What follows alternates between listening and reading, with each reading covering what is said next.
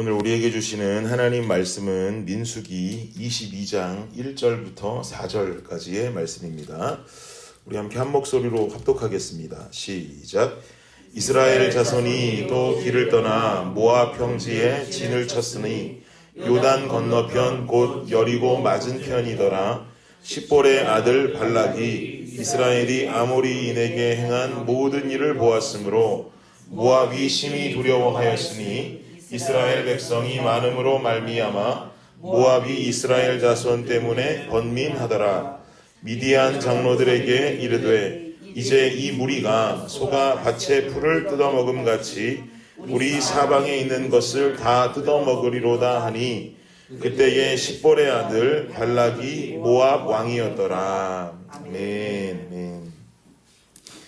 지난 주말에 우리 생명의 삶에서는 민수기 21장 마지막 부분이 좀 진행되었었는데요. 오늘 본문인 22장으로 넘어오기 이전에 21장 말미의 사건을 좀 요약해 본다면 이렇습니다. 가나안을 향해서 진군하고 있는 이스라엘 백성들은 아모리 족속의 왕이었던 시온에게 부탁을 합니다. 그 전장 22절을 보면 이렇게 말하는데요. 우리에게 당신의 땅을 지나가게 하소서. 우리가 밭에든지 포도원에든지 들어가지 아니하며 우물물도 마시지 아니하고 당신의 지경에서 다 나가기까지 왕의 큰 길로만 지나가리이다 하나. 무슨 말이냐면 우리가 당신의 땅을 좀 지나갈 수 있도록 통행권을 좀 허가해 달라라는 부탁의 말이죠. 우리는 지나만 가겠습니다. 당신의 재산권은 어느 것도 손도 대지 않을 것이고 우물에 물도 먹지 않겠습니다. 다만 우리는 지나갈 때까지 왕의 대로를 따라서 지나가기만 하겠으니 좀 통과할 수 있도록 허가해 주십시오 라고 부탁하고 있는 것입니다.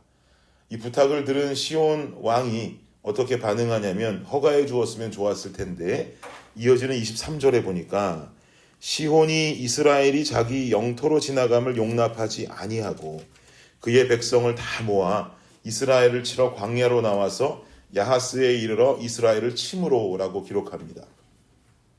결국 시온이 부탁을 한 이스라엘의 청을 들어주지 않고 지나가지 못하도록 막아서는 거죠. 그리고 통행만 허가해주지 않는 것이 아니라 이스라엘을 공격하기 위해서 야하스라는 곳으로 나오기까지 이르렀다. 그리고 이스라엘을 결국 공격했다는 것입니다. 그리고는 이스라엘을 공격하기에 이르는데 이 전쟁에서 결국 승리는 이스라엘이 하게 되죠. 어떻게 승리하게 되는 것이냐면 결국 하나님께서 이스라엘에게 승리를 허락하셨기 때문에 이 전쟁에서 이스라엘은 승리를 경험하게 됩니다. 그리고는 그 뒤에 또 바산 왕 옥이라고 하는 자가 이스라엘과 또 싸우려고 또 달려듭니다. 그러나 또 이 싸움의 결과는 어떻게 되는가? 21장 34절에 말하기를 여호와께서 모세에게 이르시되 그를 두려워하지 말라. 내가 그와 그의 백성과 그의 땅을 내 손에 넘겼나니 너는 헤스본에 거주하던 아모리인의 왕 시온에게 행한 것 같이 그에게도 행할지니라. 내가 그와 그의 백성을 그의 땅을 내 손에 넘겼다.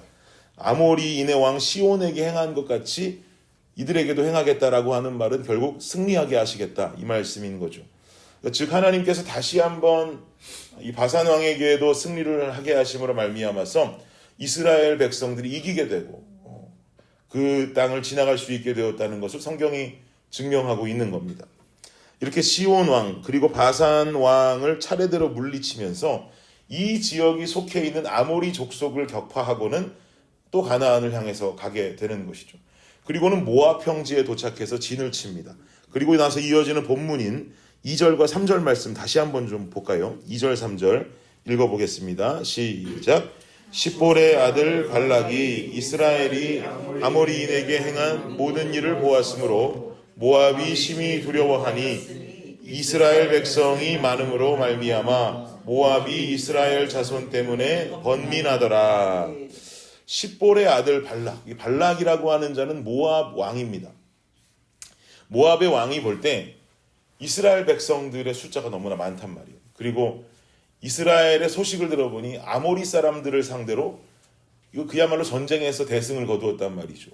근데 이 모압은 또 얼마 전에 이스라엘이 승리를 거둔 그 시온 왕에게서 과거에 성읍을 빼앗기고 싸움에서 패한 적이 있단 말입니다. 그러면 자신들은 패배를 경험한 시온 왕에게 자기가 봤을 때 민족의 숫자도 많고 뭔가 세 보이는 이스라엘 민족들은 자기네는 졌는데 이 사람들은 시온 왕에게 승리를 거두었단 말이에요. 그러니까 어떤 생각이 들겠어요? 뭔가 이 이스라엘을 향해서 미리 군사적으로 대비해두지 않으면 자신들도 이스라엘에 의해서 결국 무너지고 말겠구나라고 하는 생각이 당연하게 들지 않겠습니까? 결국 모압 왕 발락은 한 가지 방법을 고안하는데 어떤 군사적인 방법이라기보다 당시 모압과 미디안 등지에서 유명했던 주술사인 주술사 발람을 불러서 그에게 부탁합니다. 이스라엘을 저주해달라는 것이죠. 주술사가 이스라엘을 저주함으로 인해서 이스라엘의 군사적인 힘이 좀 약화될 것을 꾀했는가 봅니다. 그러나 이 주술사 발람에게 하나님께서 말씀하십니다. 12절에 보면 뭐라고 말씀하시냐면 12절 한번 함께 읽어볼까요? 시작. 하나님이 발람에게 이르시되 너는 그들과 함께 가지도 말고 그 백성을 저주하지도 말라. 그들은 복을 받은 자들이니라.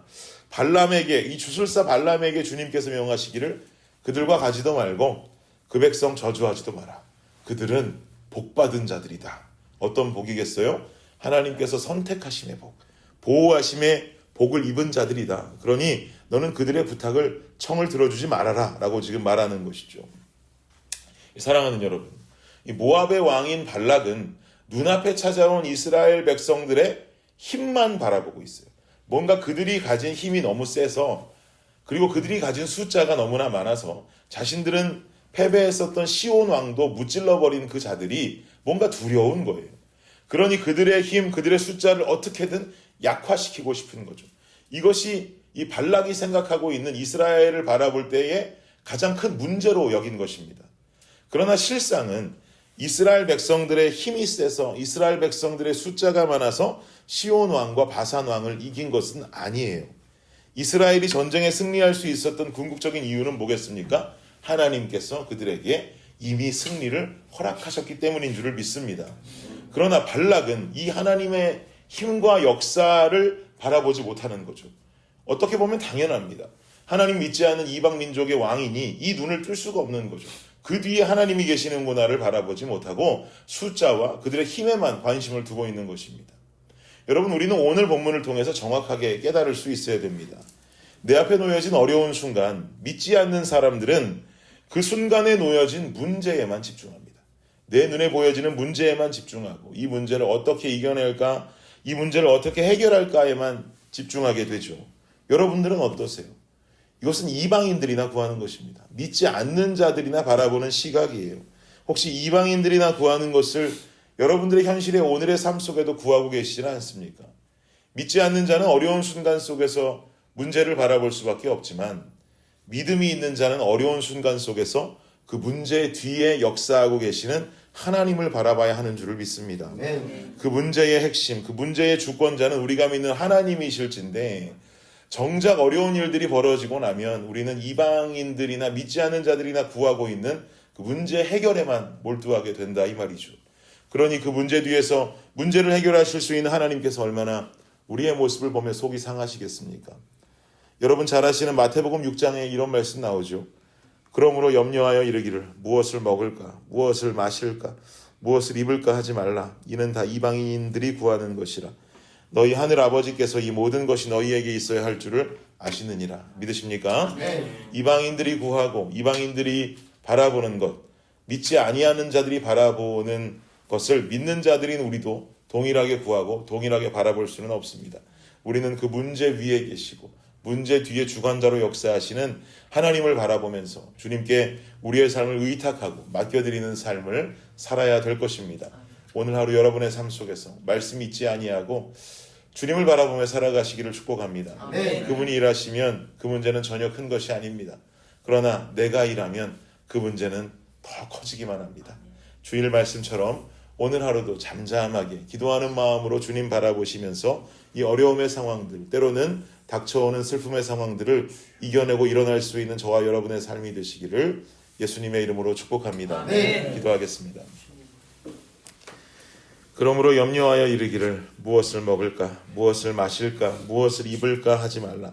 이는 다 이방인들이 구하는 것이라. 너희 하늘 아버지께서 이 모든 것이 너희에게 있어야 할 줄을 아시느니라. 네. 아멘.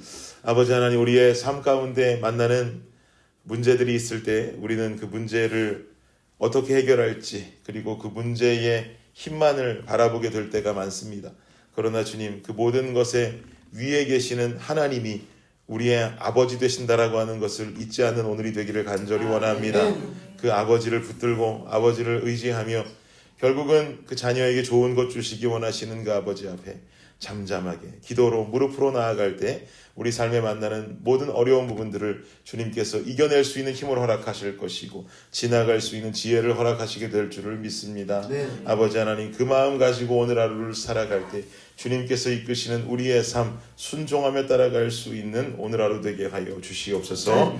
감사합니다. 이 모든 말씀 예수님의 이름으로 기도드립니다. 아멘.